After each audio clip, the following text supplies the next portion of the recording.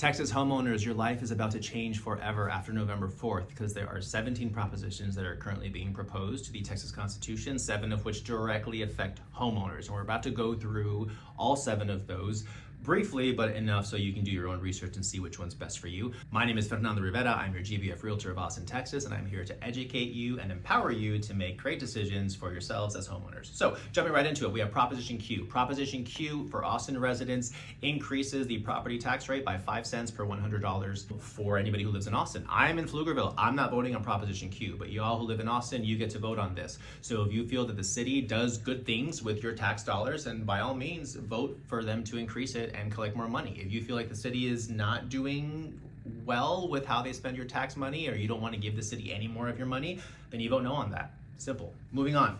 Proposition 2 prohibits the capital gains tax on individuals, estates, and trust amendments. So right now, there are no taxes on unrealized gains in Texas, which means unrealized gains is like a gain that exists, but is not tangible because you haven't actually sold it.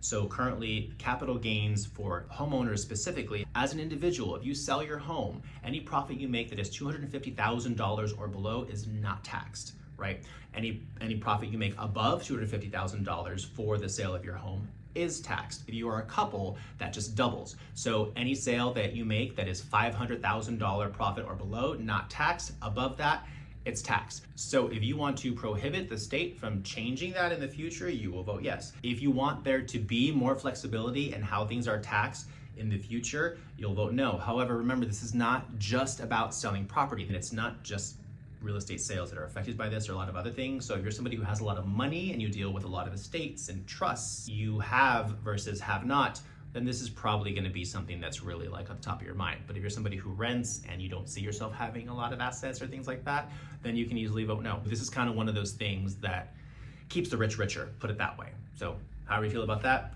vote away. Proposition 7 establishes the homestead exemption for surviving spouses of veterans killed by a service-related disease.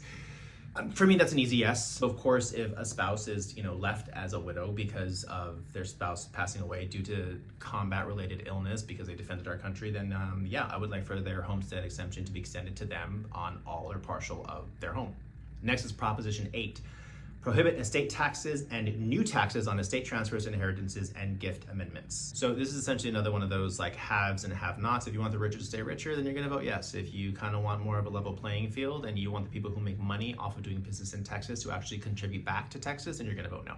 Proposition 10. Property tax exemption for improvements to homesteads destroyed by fire. Essentially, if you make an improvement to your home, which is something that was not originally there, but increase the value of your home, like installing a patio or, solar panels or something, if your home is destroyed in a fire, then it's going to remove those items that are the improvements to your home from being taxed, which I think makes total sense, because if it's destroyed, why are you taxing it? So you would vote yes on the property tax exemption. Moving on, Proposition 11, increasing homestead tax exemption for elderly and disabled. Yes, no brainer. I'm gonna vote yes on that. Currently, the exemption is $10,000. It would increase that exemption to $60,000 on the market value of homes that are owned by the elderly and the disabled. Remember, a society is judged by the way they treat their elderly, so keep that in mind. Going on to Proposition 13, increase the homestead property tax exemption amendment. I'm voting a big fat yes on that. So currently the property tax exemption is $100,000. This would increase it to $140,000. If you claim your home as a homestead, meaning it's your primary residence and you registered online to claim it as a homestead, which you can do yourself. Do not pay somebody to register your house as a homestead online. That's just wasting money. So right now, if let's say your home, let's use $300,000. If your home is worth $300,000, then your property tax exemption for your homestead takes away $100,000 from that tax base. So it's a $200,000 tax base. Now they want to increase that to $140,000, meaning that $200,000 tax base lowers down to 160, because 160 plus 140 equals 300. With voting yes in support of this proposition, you are saying that yes, you want that property tax exemption to increase so you are taxed less on your properties. That's it for things that specifically affect homeowners. I'm gonna throw in a bonus for you. This is Proposition 12, and I'm not gonna explain too much of it, but it's a big fat no, because essentially voting yes means that you're giving Greg Abbott more power to control elected judges. Voting no means you're saying, no, we don't want your friends to be packing the State Commission on Judicial Review, and we want actually fairly elected judges making decisions in the state. So vote no on 12. Again, there are 17 propositions plus Proposition Q.